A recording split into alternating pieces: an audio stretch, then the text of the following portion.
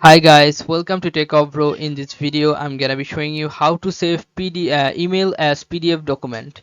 So let's go to the Gmail first. After go to Gmail, choose the email you want to make PDF like this, and you have to click on now this printer icon. Click on this printer icon, and then you have to choose this drop down from Save as PDF, and then you have to click on Save. Click on Save, and then you can see that your email or Gmail has been saved to PDF. If you can click on save. Now let's check this one.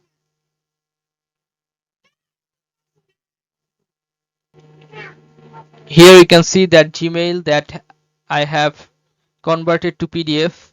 Okay, so this is how you can convert Gmail to PDF or email to PDF. So guys, if you find this video helpful, then please give a thumbs up and don't forget to subscribe the channel.